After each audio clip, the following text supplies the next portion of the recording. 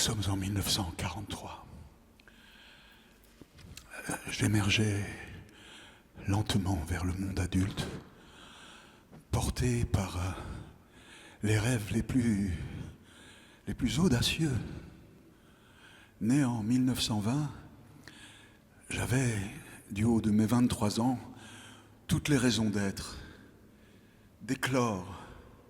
J'avais l'œil vif, des bras frêles et une oreille, il faut bien l'avouer, plus enthousiaste à la symphonie qu'au sermon dominical. Une oreille prête à recevoir toute l'éloquence du silence.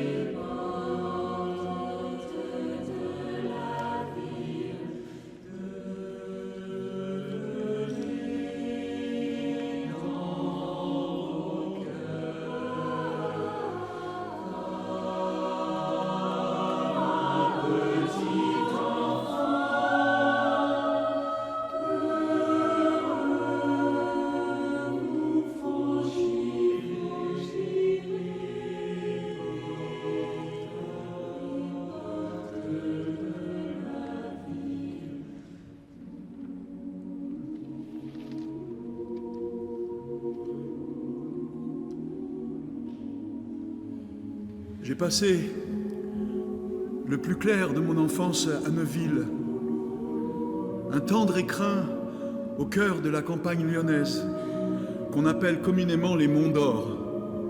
Et, en parlant de choses qui brillent, mon parcours était un modèle qui m'a conduit jusqu'au séminaire de Saint-Ériné.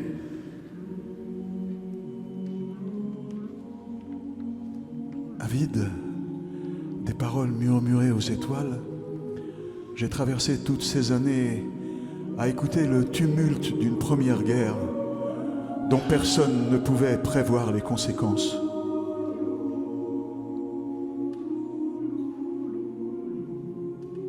Entouré par mes deux parents que tout oppose,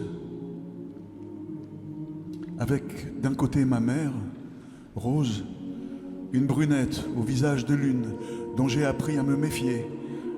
Non pas qu'elle soit injuste, mais sa poigne m'a inspiré le sens de l'humilité, du courage et de savoir précisément quand il fallait se taire.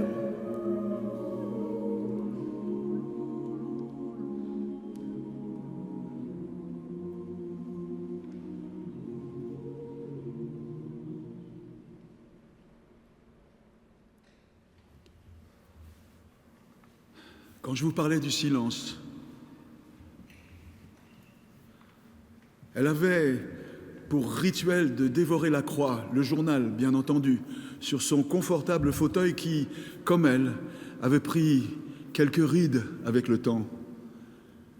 La sagesse silencieuse de ses yeux m'offrait le don de l'observation, m'incitant à saisir le moment pour me taire et écouter les battements du monde. De l'autre côté, la tête dans les étoiles, il y avait mon père, Joseph, un cordonnier qui, malgré l'expression, était chaussé avec élégance. Et pour un fils, on peut retourner la question dans tous les sens. Le père est le premier miroir, celui auquel on veut ressembler ou celui que l'on veut fuir. Et il n'y avait rien de plus inspirant et de plus contagieux que la malice de mon père, car lorsque ses yeux pétillaient, j'apercevais l'étincelle d'un rire complice. C'est lui,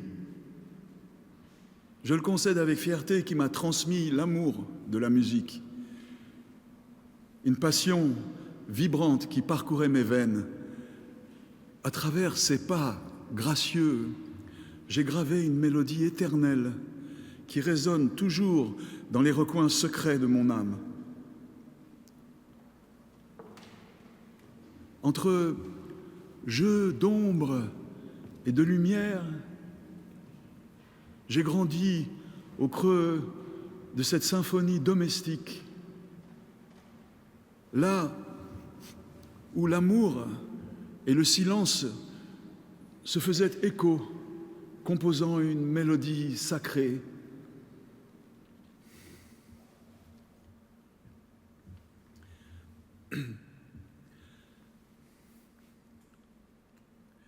Dans un moment de tendresse, Seigneur, on dirait qu'on sent ta main douce qui caresse ce vert gazon qui redresse son poil souple et frémissant. Tout sur terre fait silence quand tu viens la visiter.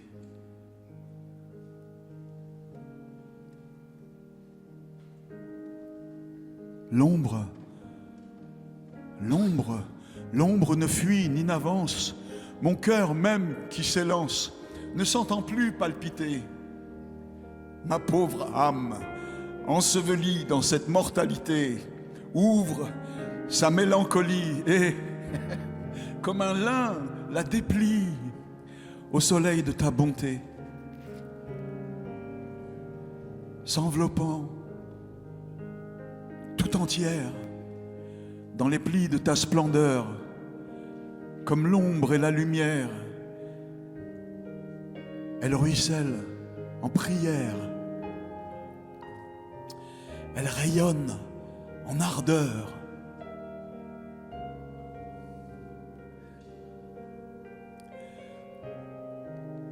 Pourtant mon âme est si pleine, oh Dieu, d'adoration que mon cœur la tient à peine et qu'il sent manquer l'haleine à sa respiration.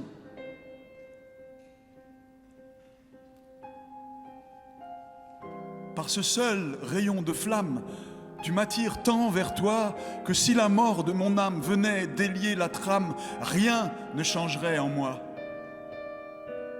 Sinon qu'un cri de louange plus haut et plus solennel,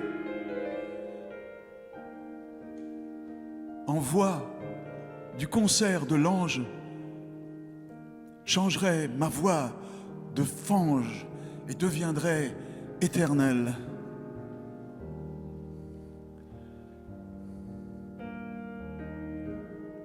Oh, gloire à toi qui ruisselle de tes soleils à la fleur, si grand dans une parcelle, si brûlant dans l'étincelle, si plein dans un pauvre cœur.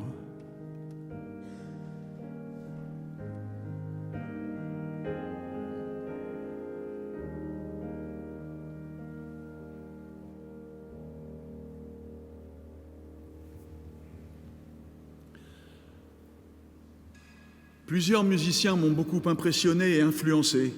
Le premier que j'ai connu, c'est grâce à la radio. Connaître est un grand mot, car à cette époque, il n'y avait pas d'enregistrement.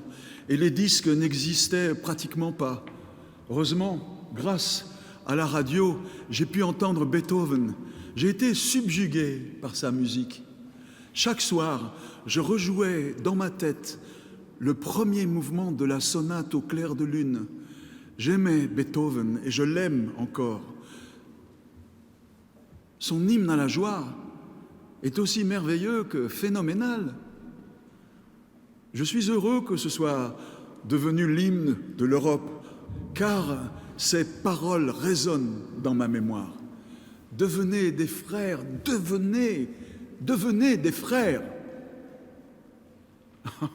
Ensuite, grâce à l'écoute de Johann Sebastian Bach, je suis tombé amoureux de l'orgue à l'âge symbolique de 18 ans. J'ai découvert Bach avec des gens comme le frère Marchand à Neuville, un frère mariste qui excellait à l'orgue et qui, pendant les vacances, m'offrait des leçons au pensionnat de Bellegarde. L'orgue est devenu ma passion, grâce également à Adrien Rougier, professeur à Lyon, qui m'a guidé. Bach a tracé le pont entre ces rencontres musicales, un pont qui relie les êtres.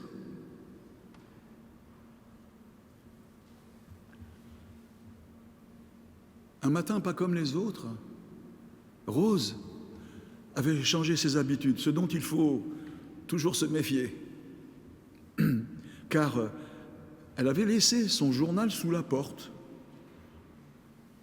une métamorphose qui invitait à la prudence. Elle avait troqué son air sombre pour me réveiller avec un sourire de façade qui m'intriguait. Lentement, je me souviens sortir de mon lit pour découvrir, émerveillé, un petit déjeuner princier. Mes doigts engloutissaient tartines et croissants, tandis que mon père se joignait à ma tablée. Il profita de l'occasion pour déclarer « Marcel, ce matin, je t'emmène au séminaire ». Rose ravala son sourire et, inquiète, déclara que son fils devait arriver précisément à l'heure. Le père, l'innocence incarnée, rassurait sans attendre.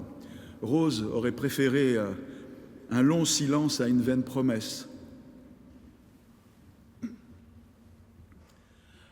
Tandis que père et fils vaquaient dehors, Rose ne pouvait s'empêcher de poser son regard sur une mystérieuse lettre qui lui faisait monter une discrète larme à l'œil. Dehors, sous le soleil qui promettait un été radieux, nous embarquions dans le tramway, surnommé par les rêveurs et aussi par le Conseil général du Rhône, le train bleu du Val-de-Saône, un véritable manège à traction électrique sous courant continu de 600 volts. Assis confortablement dans le train, j'écoutais mon père qui s'inquiétait d'être beaucoup, mais alors beaucoup trop en avance. L'occasion donc de se dégourdir les oreilles.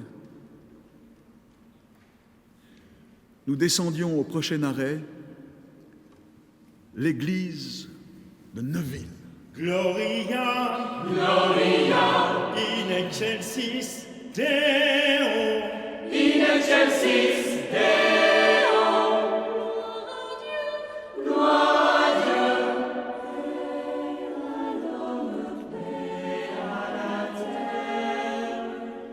Gloria, Gloria, in excelsis Deo, in excelsis Deo.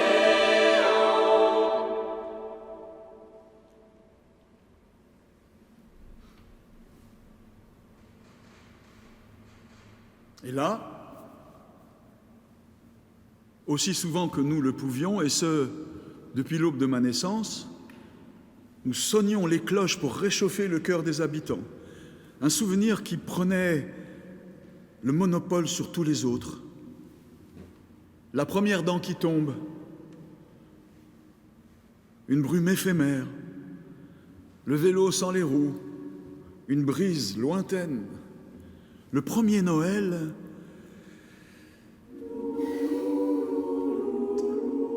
allez, je vous l'accorde, c'était un bracelet que j'avais encore à mon poignet. Mais le son des cloches n'a pas d'équivalent car, selon l'Église, elle matérialise la voix de Dieu et nous rappelle l'existence d'un paradis.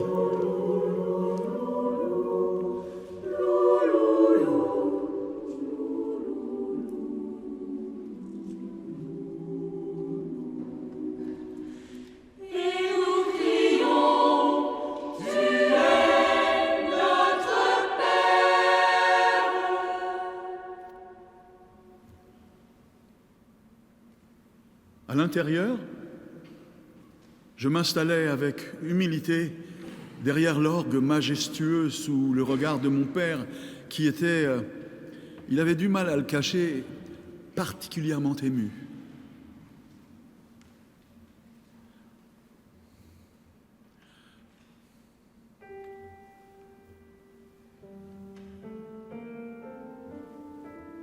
Son regard suivait mes doigts qui égrenaient le clavier. À 23 ans, j'étais toujours inquiet pour mon avenir. Avais-je fait le bon choix en embrassant la vocation de prêtre ou aurais-je dû me laisser porter par la musique ?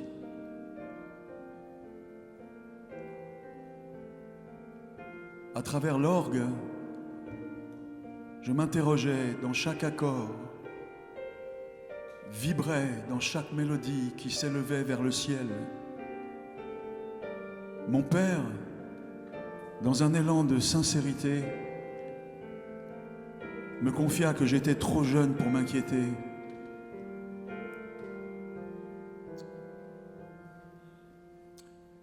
Laisse le temps être ton confident, m'a-t-il dit.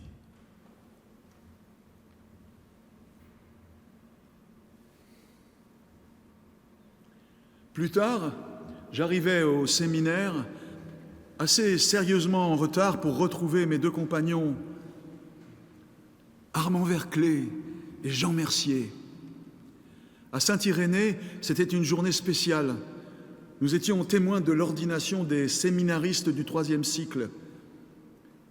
Tandis que le supérieur employait un verbe empreint de solennité, Armand et Jean conversaient à voix feutrée. Intrigué, j'effleurais les contours de leurs inquiétudes, cherchant à percer le mystère qui les tourmentait. Et là, dans l'ombre des murmures, Jean révéla que tous les jeunes séminaristes avaient reçu une lettre avec une convocation en Allemagne les appelant à rejoindre le service du travail obligatoire. S-T-O, 3 lettres qui allaient bouleverser nos destins. Dans l'esprit de Jean, une convocation ouvrait une porte magique pour voyager. Quant à Armand, submergé par la tristesse, il refusait de prêter labeur à l'Allemagne. L'incertitude virevoltait dans mon cœur.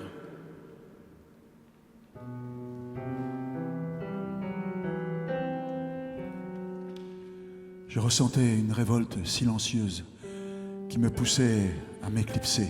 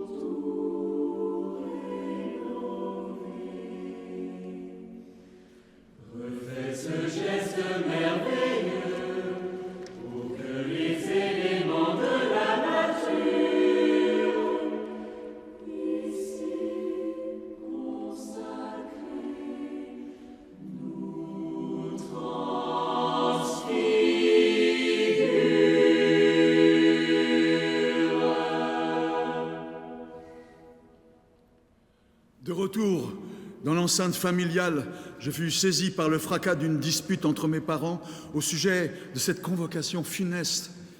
Ma mère, qui avait si peur, avait déchiré la sinistre lettre. Elle refusait catégoriquement que son fils parte.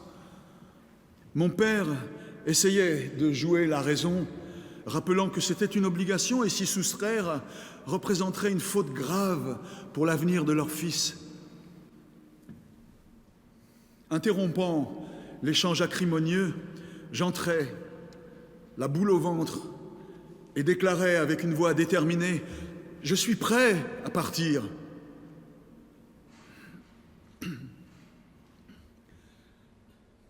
Ma mère n'insista pas.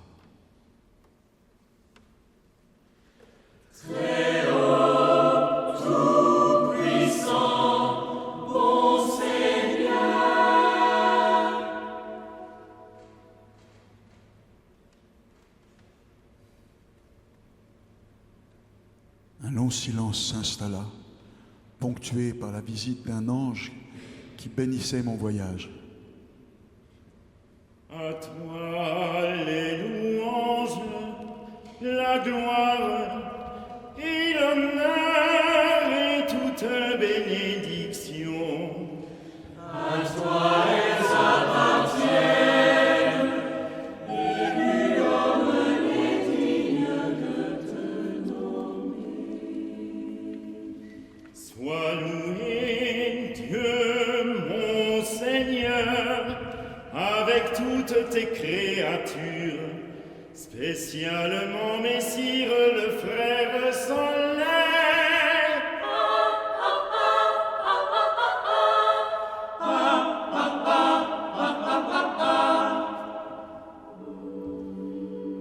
Lequel fait le jour et nous illumine par lui.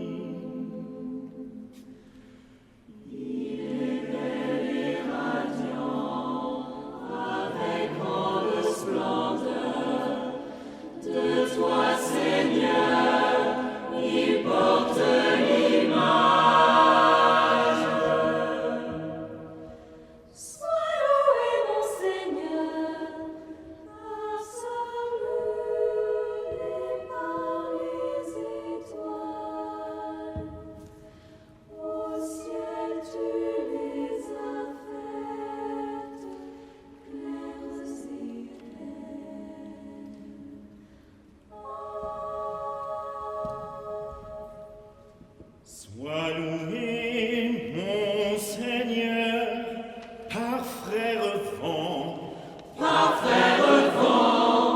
et par l'air et nuages et soir, et tout temps.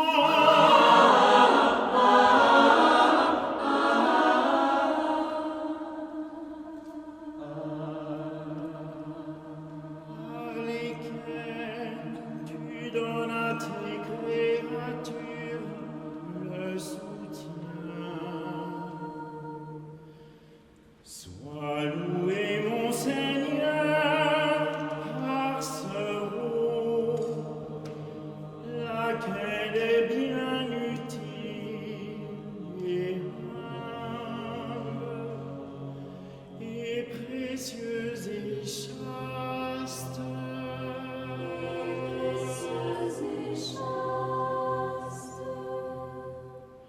Sois loué, mon Seigneur, par frère feu, par lequel tu illumines la nuit. Il est bel et joyeux, et très robuste et fort. Sois loué, mon Seigneur, par notre Mère la terre, laquelle nous soutient et nourrit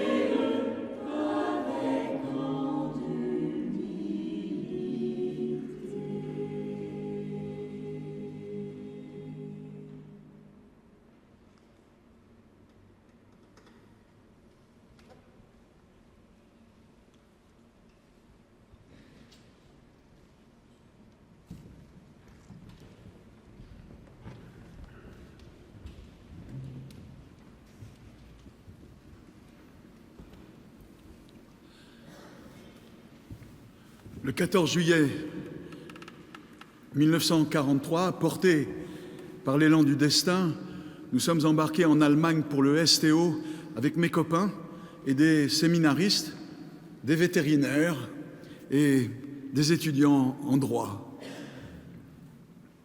Un jour, Xavier Grillon, curé œuvrant dans la vallée de la Saône, me lança une question brûlante. Pourquoi vous êtes parti au STO? Étant séminariste, vous auriez pu aller faire sauter des bombes sur les rails.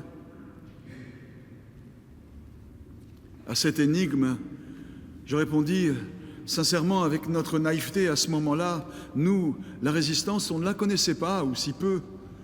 Et à ce moment-là, nous n'étions pas contre l'appel d'une aventure singulière.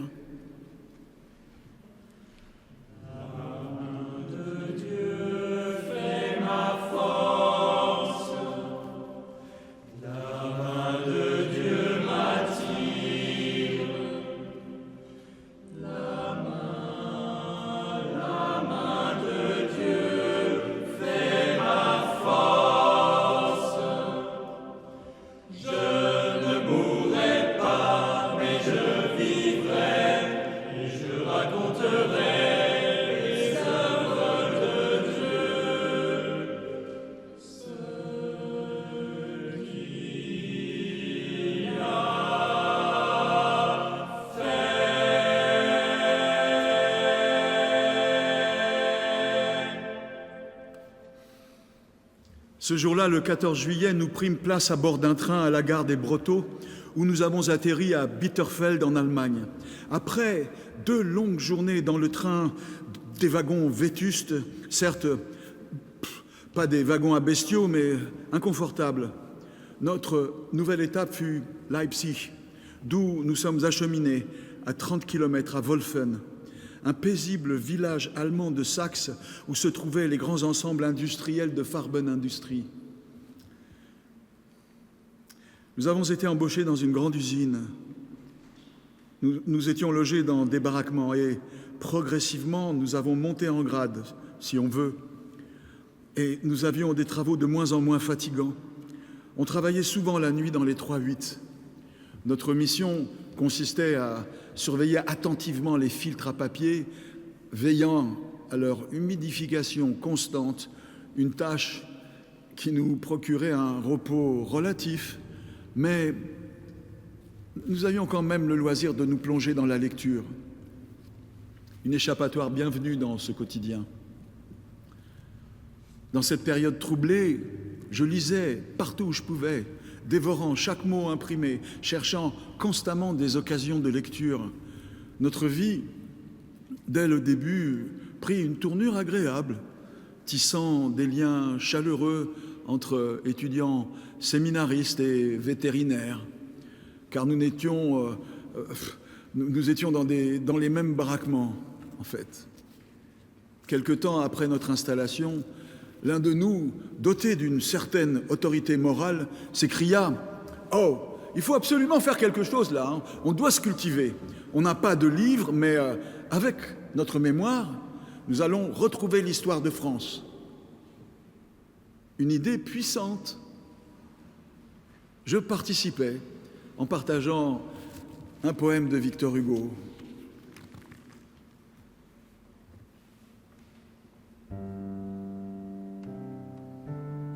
Ô vous,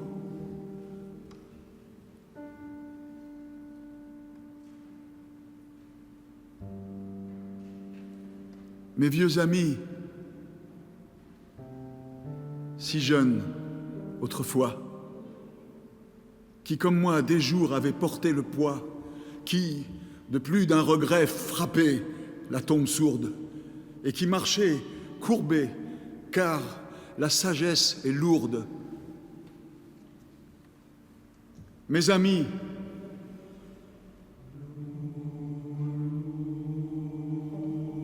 qui de vous, qui de nous n'a souvent, quand le deuil à l'œil sec, au visage rêvant, cet ami sérieux qui blesse et qu'on révère, avait sur notre front posé sa main sévère?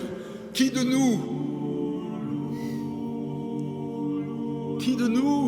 n'a cherché le calme dans un champ? Qui n'a, comme une sœur qui guérit en touchant,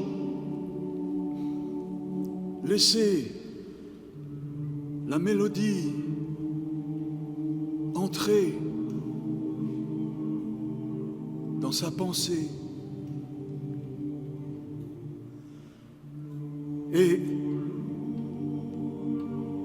sans heurter des morts, la mémoire bercée, a retrouvé le rire et les pleurs à la fois, parmi les instruments, les flûtes et les voix. Ô concert qui s'envole en flammes à tous les vents, gouffre où le crescendo gonfle ses flots mouvants, comme l'âme s'émeut, comme les cœurs écoutent, et comme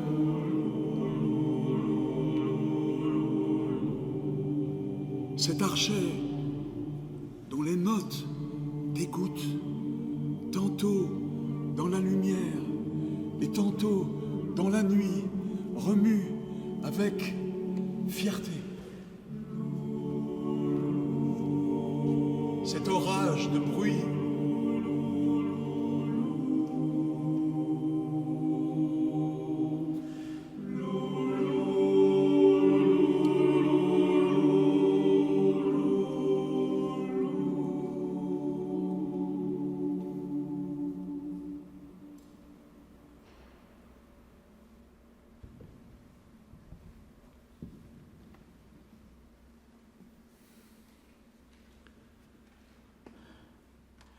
Au sein de ces baraquements, nous retrouvions des travailleurs venus de différents horizons. C'était le côté réjouissant de ce périple, car il nous offrait une ouverture sur le monde. Il nous plongeait aussi au cœur d'un univers tourmenté, où se croisaient des âmes polonaises, tchèques, russes, dont l'avenir était ébranlé par la violence de la guerre.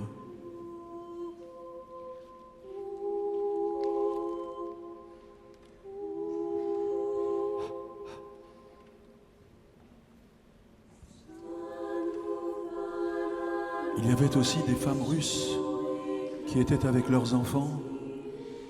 Elles étaient déportées, non pas dans un camp de concentration, mais comme nous, elles travaillaient à l'usine. Et lorsque la nuit se faisait douce,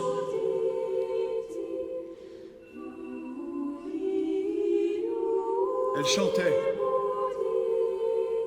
comme les Russes savent chanter. Et elles chantaient chaque nuit. Elles Elle chantait. Elle chantait. Était-ce des chants religieux? Je n'en sais rien, peut-être. Mais cela nous enveloppait d'une sérénité nocturne.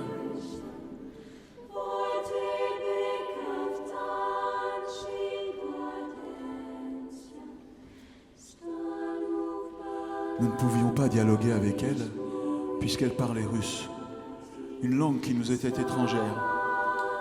Cependant, l'un des séminaristes avait pris le temps d'apprendre cette langue, une prouesse inouïe. Il n'est pas devenu prêtre, mais il a fait un travail considérable d'approche entre nos deux langues. D'ailleurs, il n'y avait pas de femmes françaises au STO.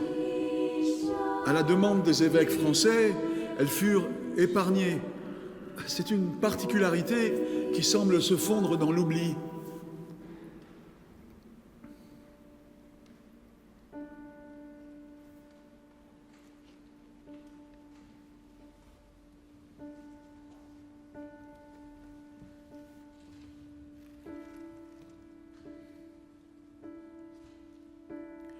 Dans plusieurs circonstances de ma vie, il m'a semblé que j'avais rencontré Bach, du moins que je l'avais croisé, car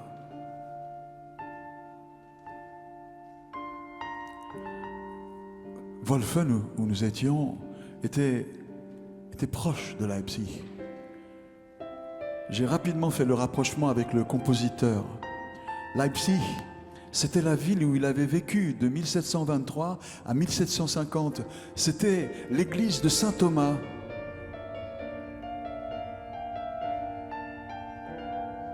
C'était peut-être la chance de voir les lieux où Johann Sebastian Bach avait séjourné.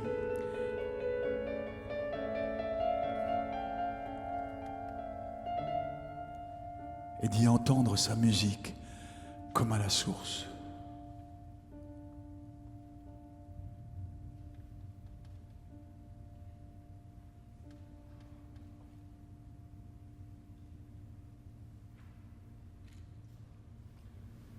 Durant 2 mois, l'interdiction nous était faite de nous éloigner du camp de travail où nous étions assignés.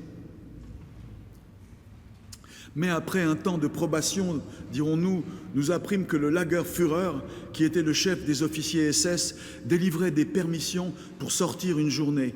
Il suffisait de posséder le précieux Ausweis. Je me souviens qu'un certain dimanche d'octobre, en compagnie de Armand et Jean, nous partions pour Leipzig, le cœur vibrant d'émotions indomptables. La veille, nous avions travaillé de nuit, qu'importe la fatigue et les heures volées. À la sortie de l'usine, à 6 heures du matin, nous prenions le train de banlieue et, portés par l'ivresse de la chance, nous arrivions plus tard à Leipzig. La vieille ville se dressait devant nous, encore debout. Elle était tristement dominée par les symboles nazis, présents sur les magasins comme sur les monuments. Les soldats contrôlaient l'identité de plusieurs passants. Nous faisions profil bas pour rejoindre notre destination. Et là, devant mes yeux, émerveillés, j'ai découvert la fameuse église Saint-Thomas où Bach avait travaillé jusqu'à la fin de ses jours. Il avait donné naissance aux écrits les plus merveilleux qui soient, comme la Passion selon saint Matthieu. Au cœur de l'après-midi, aucune musique, nulle part, aucun concert en vue. Et cependant, si, à 17 heures, un concert d'orgue était annoncé.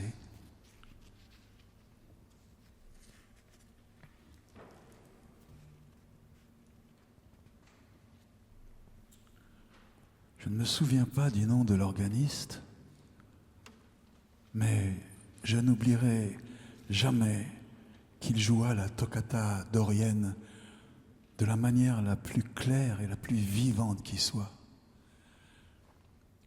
Nous étions loin des interprétations françaises d'alors, si lourdes et sans phrasées. Bach me fut révélé ce jour-là comme un musicien jeune et vivant.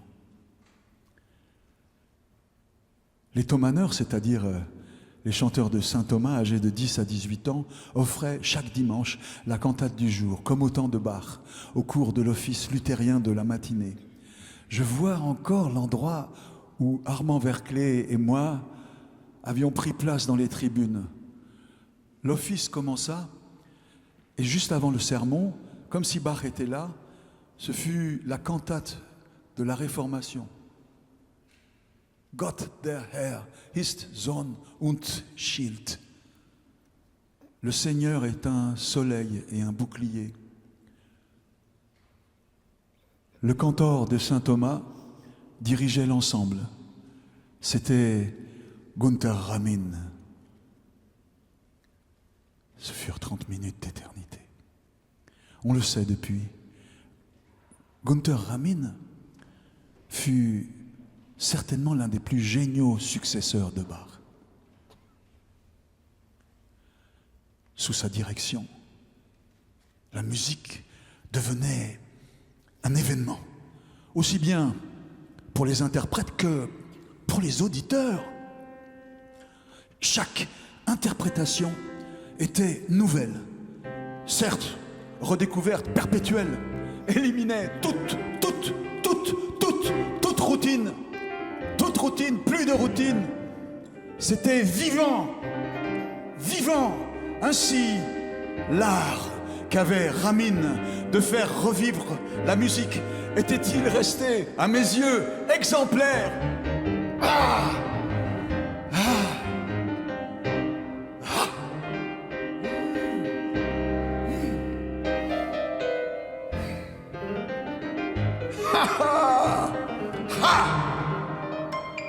Faire de la musique n'est pas une activité dénuée de vie, destinée à créer une atmosphère de musée, mais bien une préoccupation de vivant, de vivant.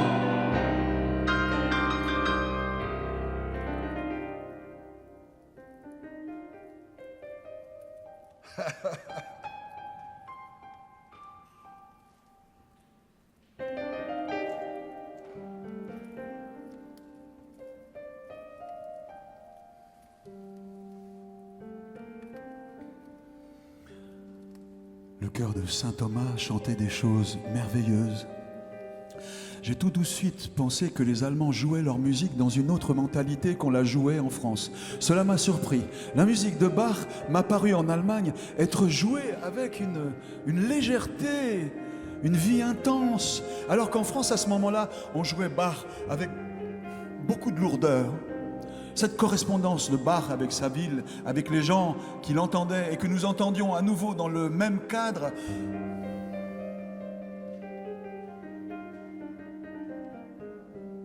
eh bien, ça a été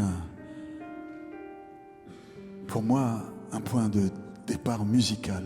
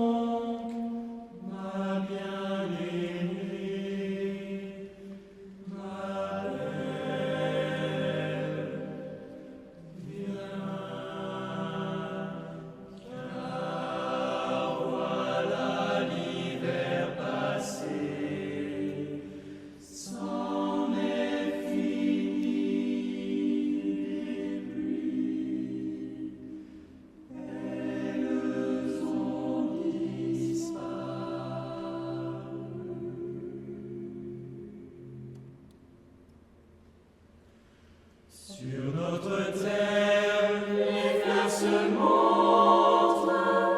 Sur notre terre, les fleurs se montrent. Le temps du rossignol est arrivé.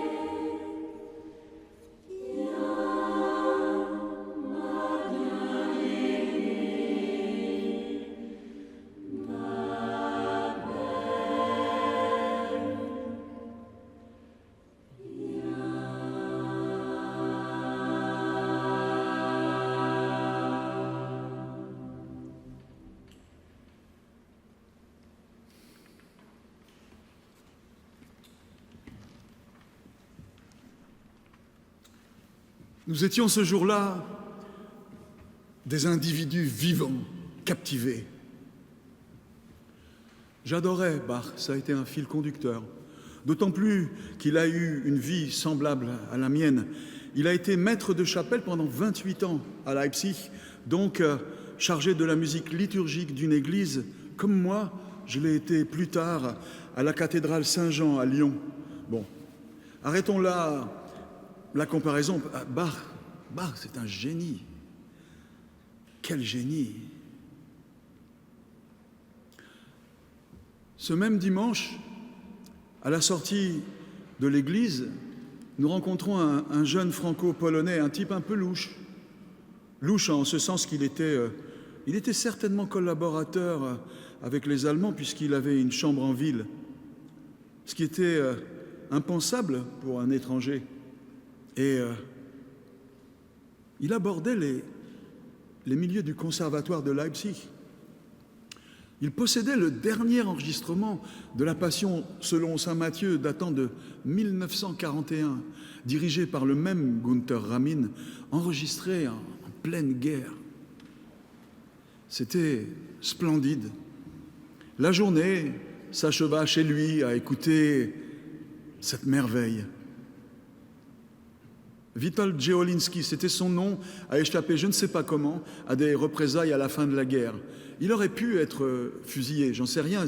Il est même rentré à la radio en France avec la responsabilité de faire entendre les cantates de Bach aux Français après la guerre.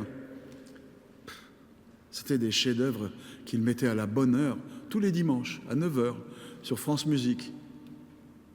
Il avait changé de nom. Il s'appelait désormais Jean Witold, au lieu de Jeolinski. C'est lui qui m'a eu des places pour les concerts à l'église Saint-Thomas. En le quittant, nous avions l'assurance d'avoir des places pour le Bach Abend qui devait avoir lieu le jeudi 18 novembre à 18h à l'église Saint-Thomas. Aurions-nous une permission? Les Français sont des brouillards.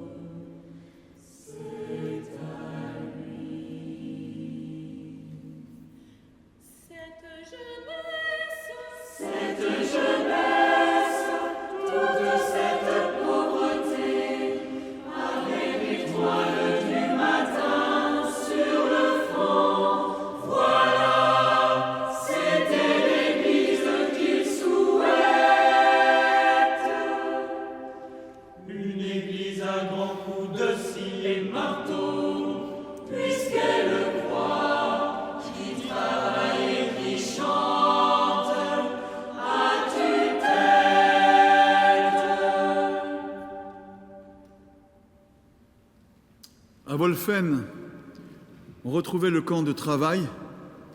Le Lagerführer avait reçu des consignes plus strictes. Le travail devenait de plus en plus difficile. Nous avions peu de temps pour la lecture. Il parlait correctement français et devait s'assurer d'augmenter les rendements à l'usine. Son accent ajoutait un frisson glacial à chacun de ses ordres. J'osais lui demander s'il était possible d'avoir un piano pour travailler la musique. Il refusa catégoriquement, déclarant que la pratique d'un instrument était interdite sur le camp.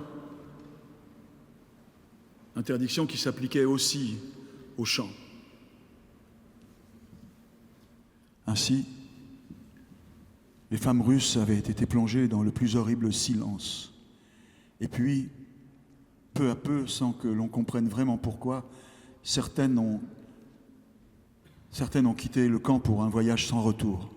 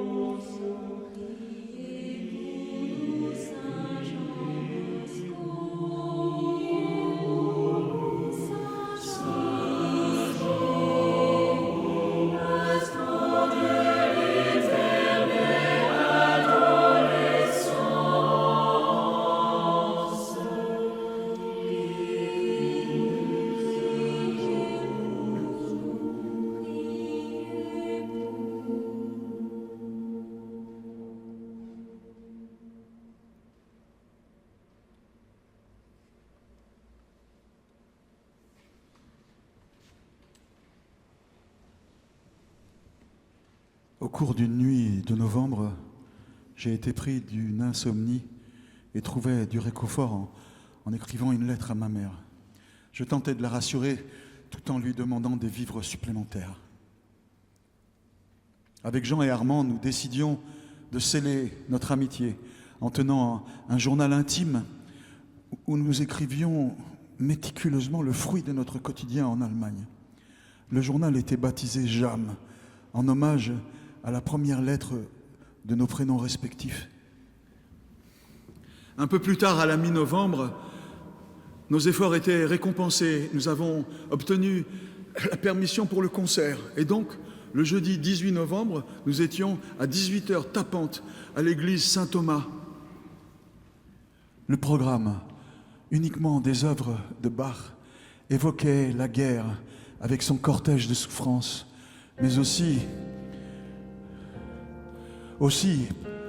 portait l'espérance de jours meilleurs. La cantate Schauet doch und sehet. Contemplez et voyez s'il est une douleur semblable à la mienne. La cantate Ich will den Kreuzstab gerne tragen. Je veux, moi aussi, porter ma croix. Avec l'admirable chorale finale. Komm, ô Tod, du schlafes Bruder. Viens, ô mort, toi, mon frère qui m'endort.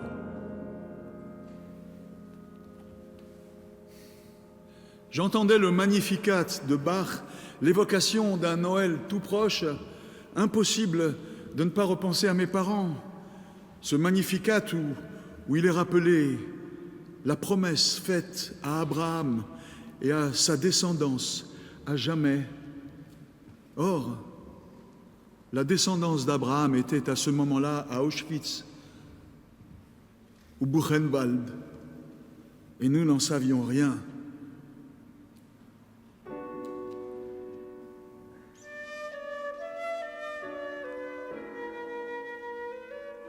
Le concert fut inoubliable. La foule était debout, acclamant à bâton rompu. Je ne sentais pas la fatigue, tant j'étais en pleine exaltation. Et pour clore le concert, je me souviens d'une soprano qui nous avait coupé le souffle. Elle chantait le Quia Respexit.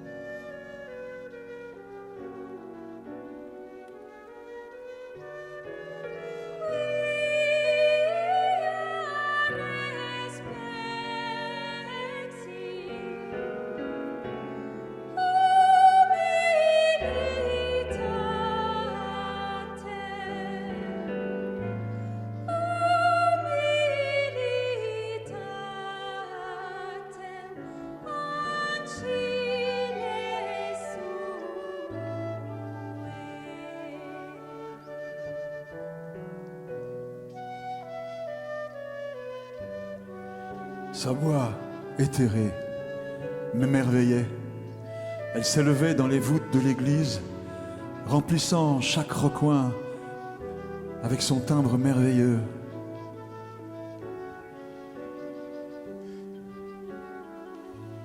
J'étais parcouru d'un frisson. Mes jambes tremblaient. J'avais les larmes aux yeux. Le monde s'était arrêté. Le monde s'était arrêté de tourner.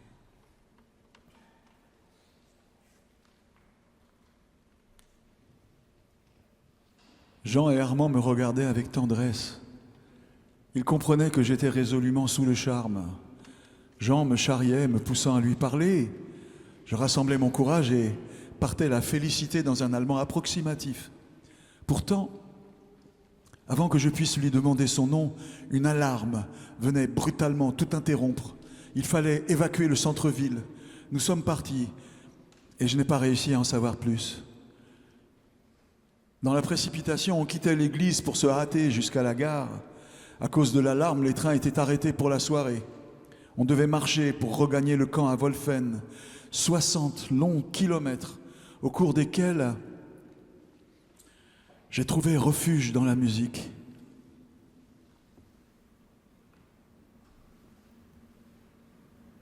Les grandes inspirations n'existent pas. Les grandes révélations non plus. Mais pour la première fois, j'entendais des notes qui montaient doucement en moi. Ce n'était pas l'inspiration bruyante dont on m'avait parlé. Il n'y avait ni éclat, ni hurlement dans cette révélation. Au contraire, c'était une brise douce et fine, une caresse qui enveloppait mes sens. J'étais témoin d'un chuchotement secret qui m'était jusque-là interdit. Je laissais vagabonder mon oreille. Elle dessinait avec une plume légère une constellation de notes qui formaient lentement le corps de ma première composition. Gloire aux cathédrales, pleines d'ombre et de feu, de silence et de râle, avec leurs forêts d'énormes piliers et leur peuple de saints, moines et chevaliers. Ce sont des cités au-dessus des villes, que gardent seulement les sons irréguliers de l'aumône au fond des sébiles, sous leurs porches hospitaliers. Humblement agenouillés comme leurs sœurs des champs dans les herbes mouillées, sous le clocher d'ardoise ou le dôme d'étain, où les angélus clairs teintent dans le matin les églises et les chapelles des couvents. Tout au loin, vers elle, mêle un rire allègre au rire amer des vents, en joyeuse vassale. Mais elle, dans les cieux traversés des vautours, comme au cœur d'une ruche, aux cages de leur tour, c'est un bourdonnement de guêpes colossales.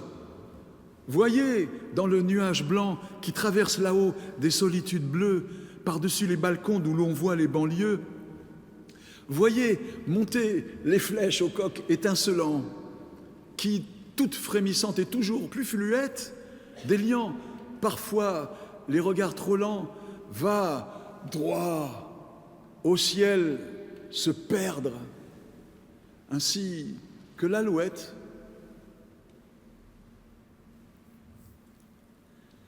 Après plusieurs heures de marche, Jean, Armand et moi-même arrivions en plein milieu de la nuit. On se glissait discrètement jusqu'au campement. Nous risquions de douloureuses conséquences pour ce retard, qui n'était pas passé inaperçu. Le Lagerführer fit claquer ses talons et s'adressa à nous en allemand avec une voix autoritaire. Et même si nous ne comprenions pas le sens exact, il était clair que nous risquions des travaux supplémentaires. Jean et Armand faisaient mine basse, et je ne sais pas pourquoi, l'audace m'a envahi et j'ai déclaré que je refusais de travailler si je n'avais pas un piano. Quelle folie! Le Lagerführer me demanda, avec une froideur irrespirable, les raisons exactes. Je lui avouai, timidement, que je devais composer pour une soprano allemande. J'ai bien insisté sur la nationalité. Il n'a pas répondu.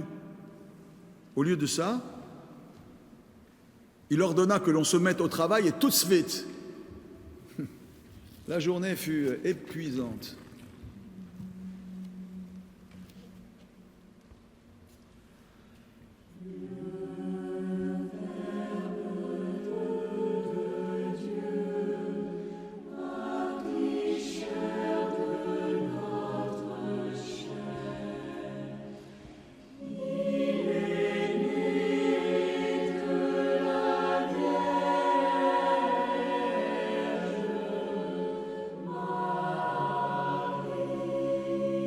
La boule au ventre, j'annonçais à mes amis que je voulais arrêter le séminaire.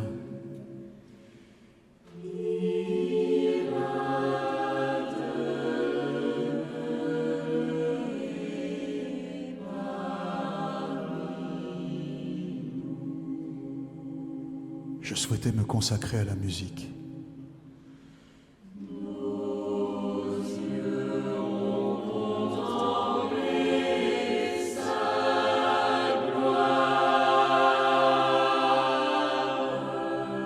Un peu triste, mes amis m'encouragèrent à suivre ce chemin.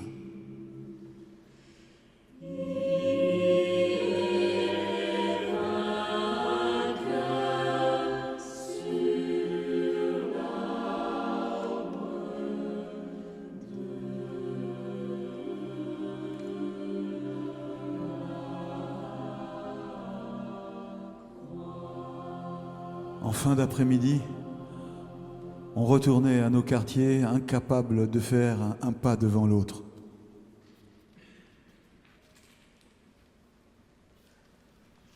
Et puis, à la surprise générale, je découvris au centre de la pièce un vieux piano.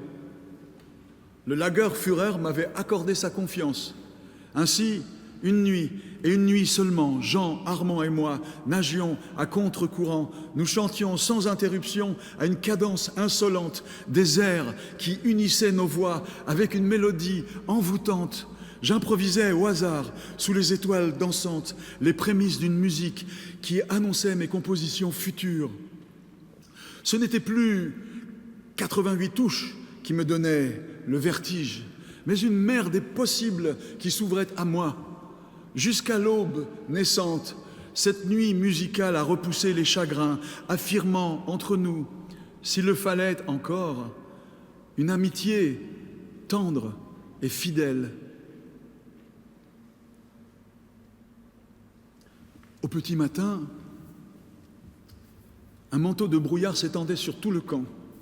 Le Lagerführer, tel un souverain, entrait dans notre campement. Tout le monde se mettait à l'inévitable garde à vous. Il me demanda d'un ton impérial de lui jouer un morceau. Mon destin était en équilibre. Je posais mes mains sur l'instrument et commençais à jouer sans bavure aucune, une composition de Bach. Il m'interrompit, exigeant une lueur personnelle. C'était une composition de Marcel Godard qui l'intéressait. Ainsi soit-il, je fermais les yeux et commençais à chanter timide les premières notes d'un rêve que je déposais sur le clavier.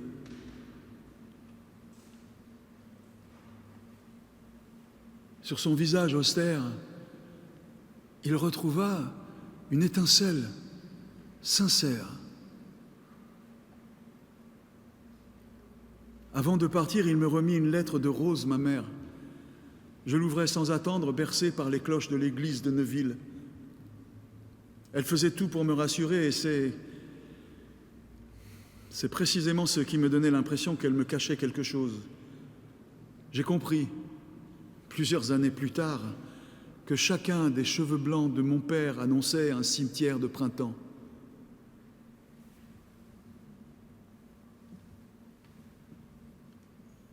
Je quittais le campement pour m'isoler. Face à Dieu, je suppliais des réponses sincères sur l'avenir. Dans cette prière muette, je laissais les tourments m'envahir. Je découvrais le monde adulte, amer, où chaque pas annonce un chagrin. Cette colère ébranla ma foi. Quel est ton nom qui enfante la vie? Quel est ton nom qui fait naître le feu? Dis-nous comment ton jour brille sans nuit. Dis-nous comment le soleil t'obéit. On te nomme Dieu, mais qui es-tu? On te nomme Dieu, mais qui es-tu?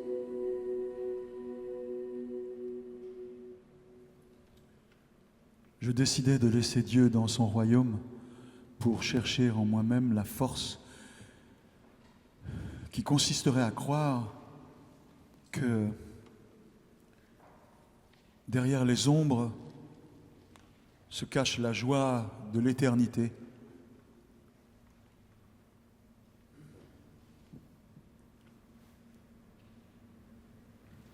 Un mois plus tard, en décembre 1943, j'avais obtenu l'autorisation d'entendre un nouveau concert à l'église de Saint-Thomas pour le mercredi 8 et le jeudi 9 décembre à l'oratorio de Noël de Bach.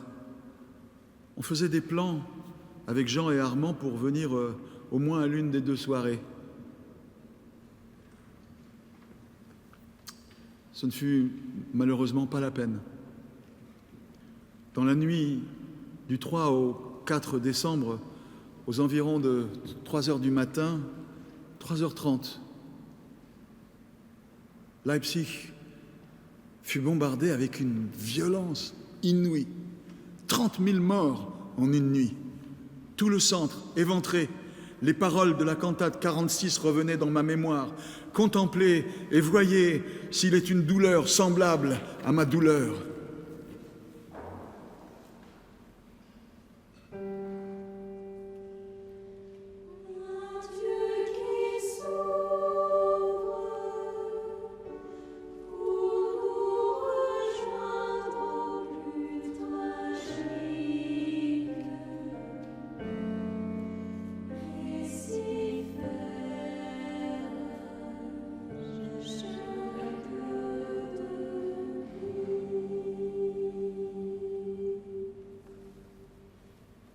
Armand et moi retournèrent à Leipzig avec son abominable destruction. La ville n'était que l'ombre d'elle-même. Nous revîmes l'église Saint-Thomas. Elle avait été épargnée comme par miracle. Reviennent à moi les mots de Charles Péguy, là où la beauté exprime l'horreur.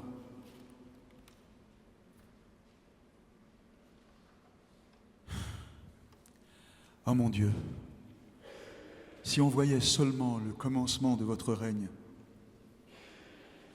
si on voyait seulement se lever le soleil de votre règne, mais rien, jamais rien. Vous nous avez envoyé votre Fils que vous aimiez tant. Votre Fils est venu qui a tant souffert et il est mort. Et rien, jamais rien. Si on voyait poindre seulement le jour de votre règne, et vous avez envoyé vos saints, vous les avez appelés chacun par leur nom, vos autres fils les saints, et vos filles les saintes, et vos saints sont venus, et vos saintes sont venues, et rien, jamais rien. Des années ont passé, tant d'années que je n'en sais pas le nombre. Des siècles d'années ont passé. 14 siècles de chrétienté, hélas, depuis la naissance et la mort, et la prédication, et rien, rien, jamais rien.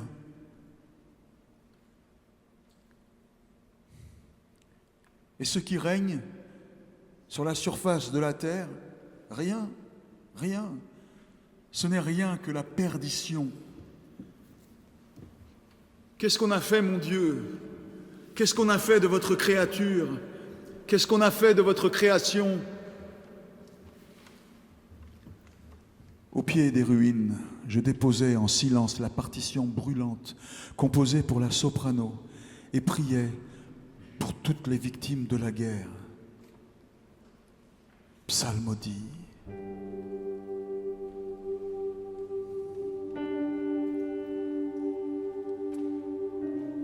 Dans cette nuit où je crie.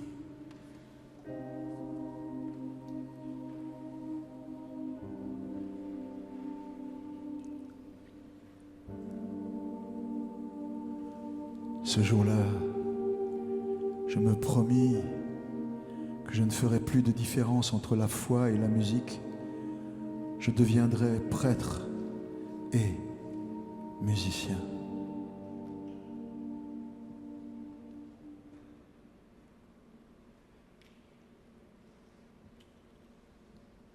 Au cours de l'année 1944, nous étions rentrés d'Allemagne, heureusement sains et saufs. À Neuville, je retrouvais mes parents et continuais ma formation au séminaire. Je démarrais alors le 3e cycle avec mes 2 amis de longue date, Jean et Armand.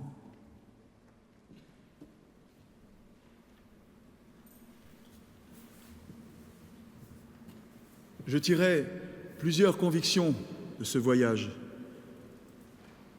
Convictions que j'ai éclaircies toute ma vie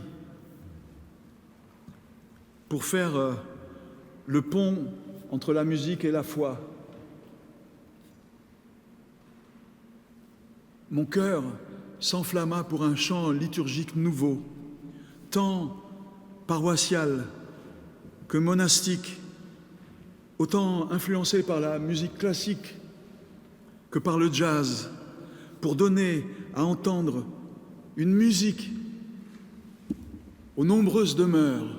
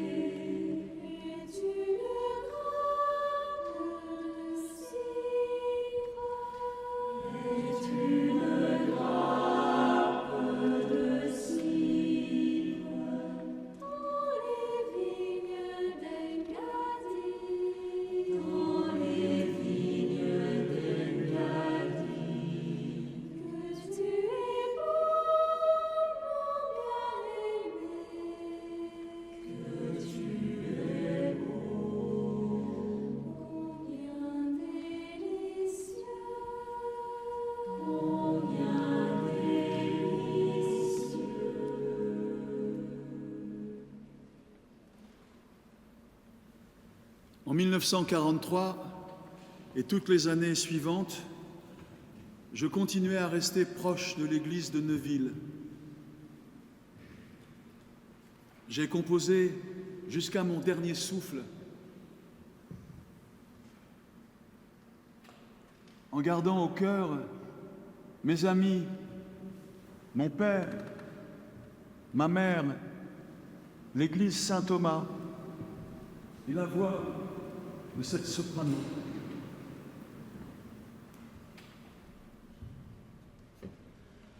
Que tu es belle, ma bien-aimée, que tu es belle,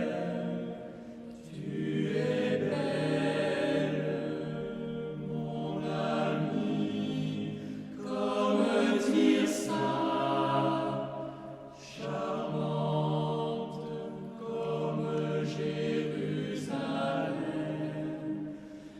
Détourne de moi